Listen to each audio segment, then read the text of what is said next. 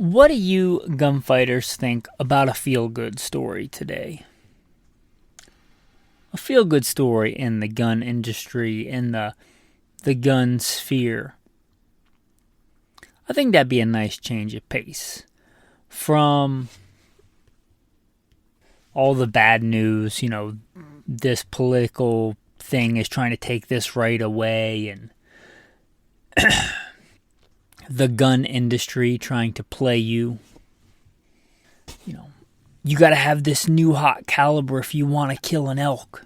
Nobody's ever killed an elk inside of 300 yards. If you want to kill an elk, you got to have this new hot caliber and this new expensive optic and this new model of rifle and the conspiracy of big camo. If you want to take an animal this year, then you have to get the new camo pattern, because if the deer see you in the camo pattern that hunters wore last year, they're going to laugh at you. Or, what you need to prevail in a violent armed altercation? It's not practice, it's not training. It's you need to buy this next widget, this next thing, this next hot new accessory that's going to go on your gun, or buy a whole new gun altogether, even better. There's enough of that out there. That's why I try and stay away from it on this podcast. Today we're going to talk about a feel-good story. How far we've come in the world of concealed carry in the past, let's say 15 years. It's a good story. That's what we're going to talk about today on Gunfighter Life, the podcast where we talk about guns, gunfighting, tactics, ballistics. Today, the state of concealed carry in 2024. The right way with Almighty God at the center, Judeo-Christian values, and real-world first-hand experience. I'm blessed to serve you as host today. I'm going to put in the bio, and then we'll get into the main topic. I'll roll into a quick abbreviated bio and then into the main topic. First and foremost, I am a Christian. I don't apologize for that. God is number one in my life. I grew up hunting and fishing in the backwoods of the southeastern United States at a very early age. Some of my earliest memories are with firearms. I joined the Marine Corps at 17, did a couple of combat tours in Iraq. By God's grace, He got me through that safely. After that, I served as an instructor, an urban warfare instructor and a desert warfare instructor for the United States Marine Corps. I also served with the L.A.P.D. both full-time as a sworn police officer and in some more specialized assignments, as well as serving in the U.S. Army, full-time and part-time National Guard. I've been a F.B.I. firearms instructor, still am an F.B.I. firearms instructor, have been for a lot of years, also N.R.A. certified and some other 3-letter government agency certified. I've been a private contractor for a 3-letter government agency I won't specify. I've been the commander of a tactical team in a large metropolitan area. By God's grace, He got me through all that in one piece, not because I'm better, but because He chose to have grace and mercy on me. I've been a professional hunter and guide. Professionally hunted things like buffalo and elk. Not many people today can say they've done that, but I'm blessed to be able to say that I have. I've hunted everything from white-tailed deer on the East Coast to mule deer on the West Coast to gray squirrel on the East Coast to prairie dog on the West Coast, and elk and bear and wolf, and slain all manner of beast. A state rifle and pistol champion a few times over in a few different disciplines. Now those experiences, it's not because I'm bigger or badder, certainly not bigger. In fact, I met one of the patrons in real life and he said something to the effect of, "I thought you'd be bigger." Reminded me of that William Wallace movie where he's like, "Oh yeah, if William Wallace were here, he'd shoot lightning bolts out of his rear end." Well, I'm not William Wallace, but I am the person that did all those things in the bio. But not because I'm bigger or badder. I don't think that I survived when many other young, good men did not. I give all the glory and all the credit to God, all the talents and experiences that He's given me and the things that He's let me live through. I hope to use them to glorify God and to help you today. So if I boast in anything, it's not in my strength, it's in that God had mercy on me and saved me because he had a purpose for me. And hopefully I can use those talent, skills, and abilities to serve you today. Let's talk about the state of concealed carry. I think a feel-good story, a feel-good thing to talk about. Often we reminisce about the good old days. The good old days, when a working man could work a blue-collar job and provide for his whole family and buy a brand new car off the assembly line without going into debt. The good old days when women wore red and white plaid checkered skirts and drank malt milkshakes from a soda jerk. The good old days of America with apple pie and people knowing what gender they were. The good old days. But when we talk about concealed carry, really, right now is the good old days. Right now is a fantastic time for concealed carry. If you count my time as an urban warfare instructor, which I wouldn't for this, going just shy of 20 years as a professional firearms instructor. When I really started teaching, other than military, was a little bit later, but still a long time teaching, and a long time teaching concealed carry. And when I first started teaching that, when I look back, we've come so far. If you look back at the concealed carry, well, let's start with the just concealed carry being a thing.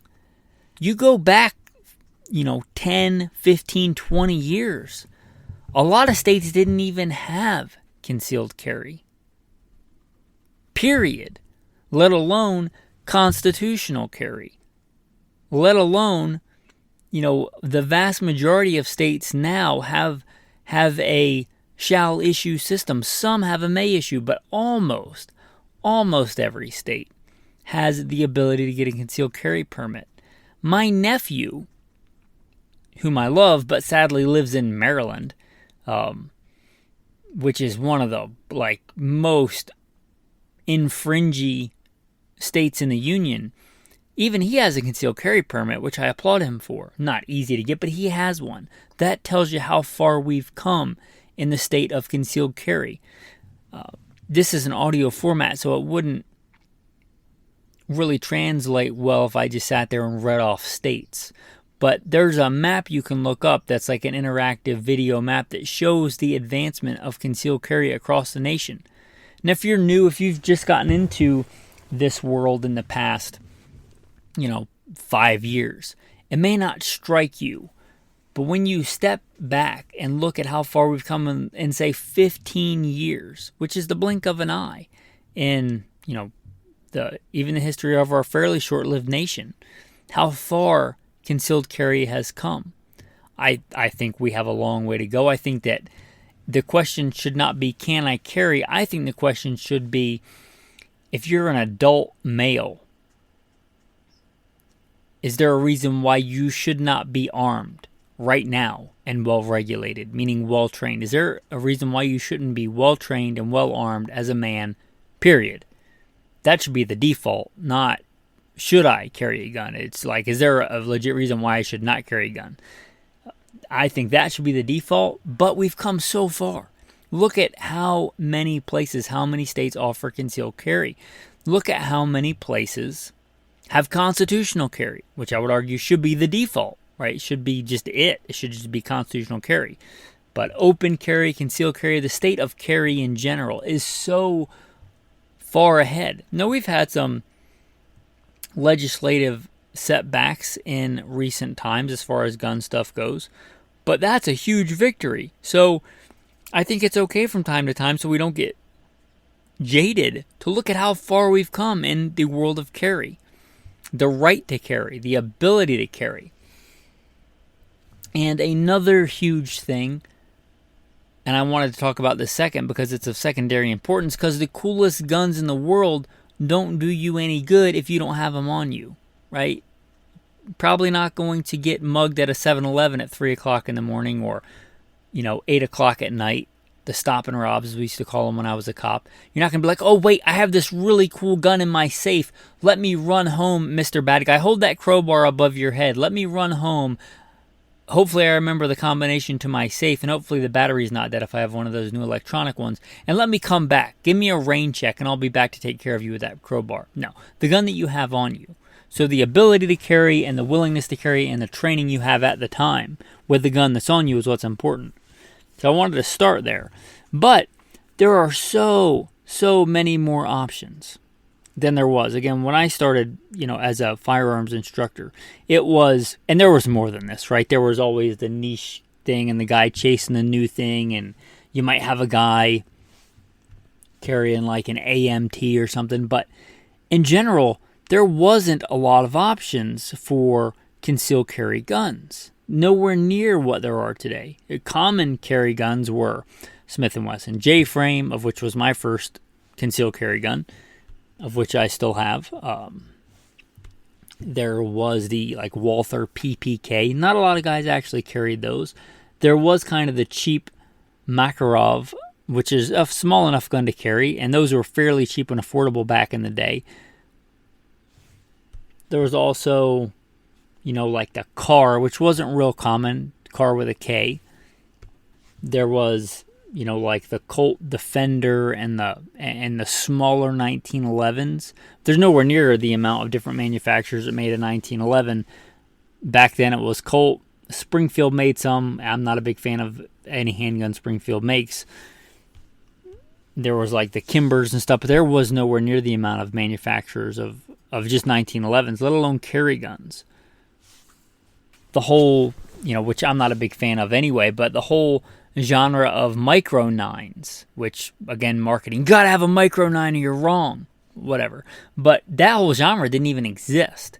Right? I remember when, and I don't use the term game changer lightly, but I remember when the M&P Shield came on the market, which was like, in my opinion, the first common, readily available that you saw, on people as a carry gun, commonly compact or subcompact 9mm. It was slim, it was sleek, it had good ergonomics, it got the job done. It was a good, shootable, small 9mm, which I would consider the smallest of a full fighting caliber.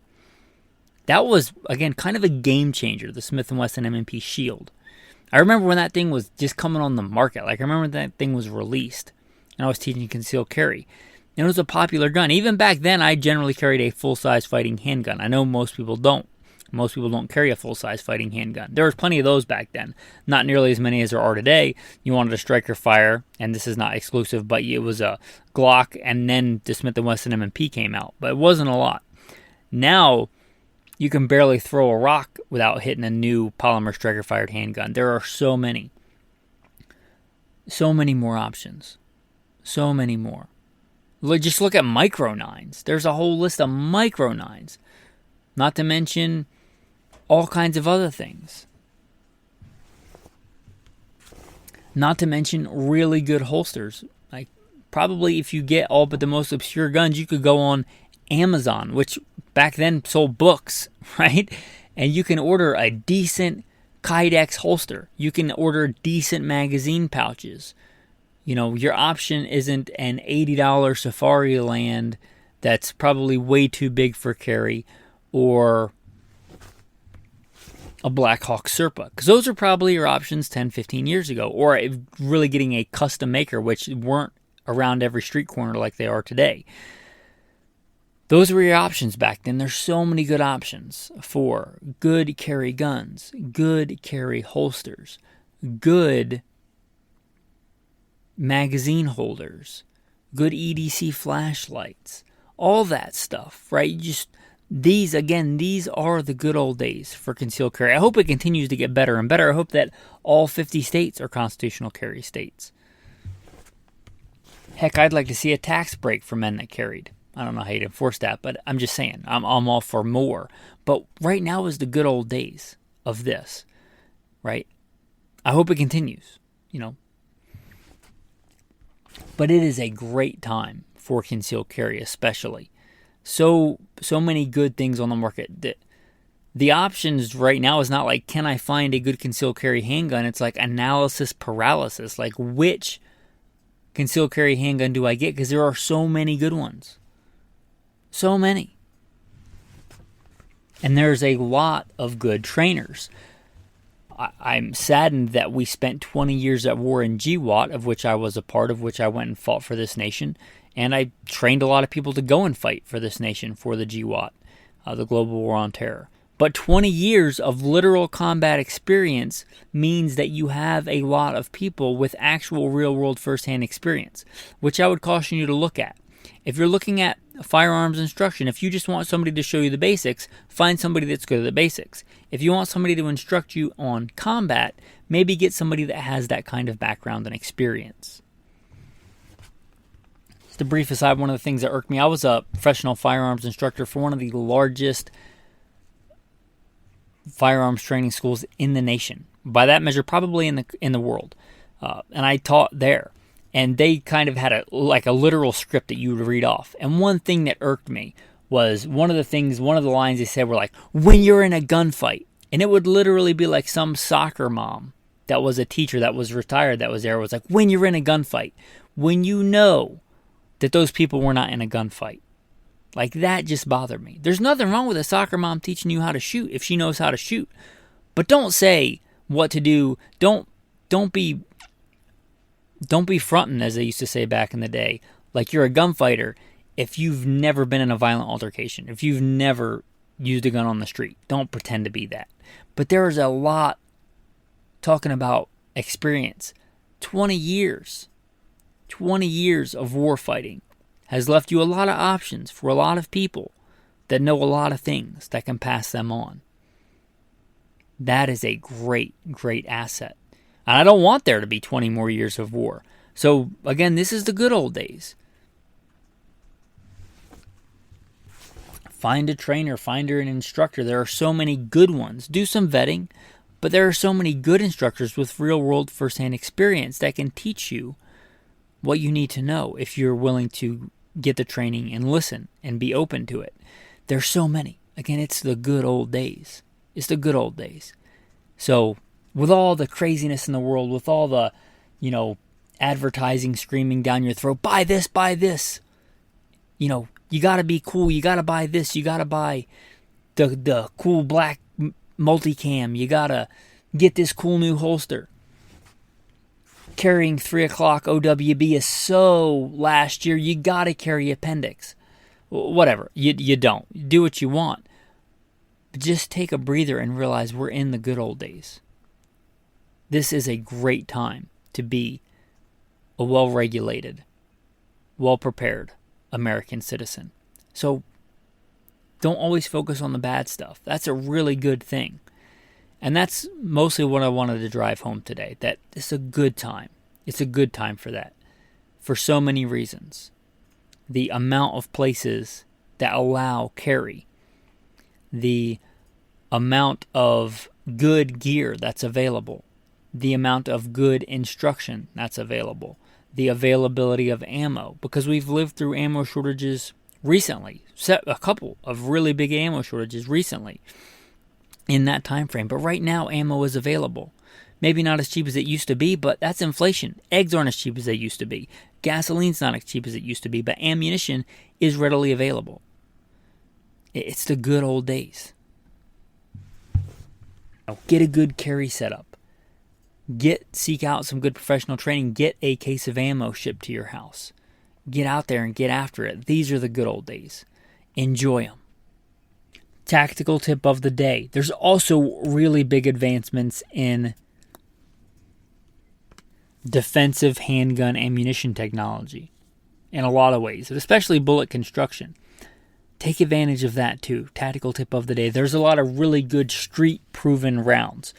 And I'm not sponsored by, I refuse to take sponsors because I don't want to be another one of those drug dealers for guns and companies and be like, you got to have this. But there are many good ones. Spear Gold Dot, Winchester Ranger Tees, Hornady, Critical Duty, Critical Defense, Remington, Golden Saber, Federal HSTs. right? There's a lot of really good rounds with really good proven street cred. Find one that feeds in your gun. Don't just assume that it does. Ask me how I know. But find a good setup and find a good street-proven round that will expand out of your length of barrel, shoots to your point of aim, point of impact, and has really good street cred, because there's a lot of them. I just named off some, not all, some really good options. Take advantage of that too. Make sure it's reliable out of your gun. Make sure it shoots the same point of aim, point of impact. Make sure it expands out of your barrel length and your velocities. Do your own homework. Don't cheat off somebody else's test, because there's no guarantee it's going to work that way for you. But take advantage of that really good bullet technology and street, credibility that's out there. Your tactical verse of the day. Rejoice always. Pray continually. Give thanks in all circumstances, for this is God's will for you in Christ Jesus. Thanks for listening, and have a blessed day.